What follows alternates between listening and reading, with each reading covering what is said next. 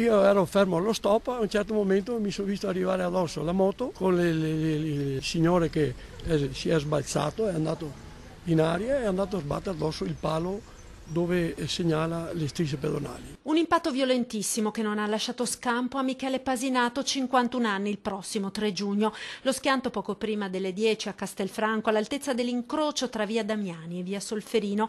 L'uomo era in sella alla sua moto quando si è scontrato con una Mercedes proveniente dalla laterale. I soccorsi sono giunti in pochi minuti, sia i vigili del fuoco che l'ospedale sono vicinissimi al luogo dello schianto, ma i tentativi di rianimarlo sono stati vani. Sotto shock gli automobilisti che hanno assistito all'incidente. Ho visto una cosa allucinante, è stata una cosa che purtroppo per quello che è morto non doveva morire così, non doveva. Michele Pasinato faceva il calzolaio ed aveva il negozio a poche centinaia di metri dal luogo della tragedia.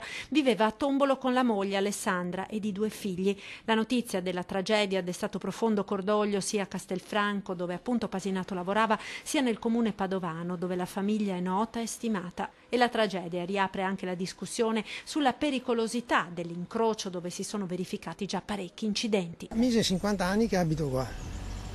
In media 1-2 all'anno qua c'è sempre un incidente. O anche cambiare una viabilità, ma comunque rendere visibile l'incrocio. Ho fatto tanti incidenti, anche gravi, ma non si scampa il morto. E io avevo detto non stai a aspettare che scampa il morto.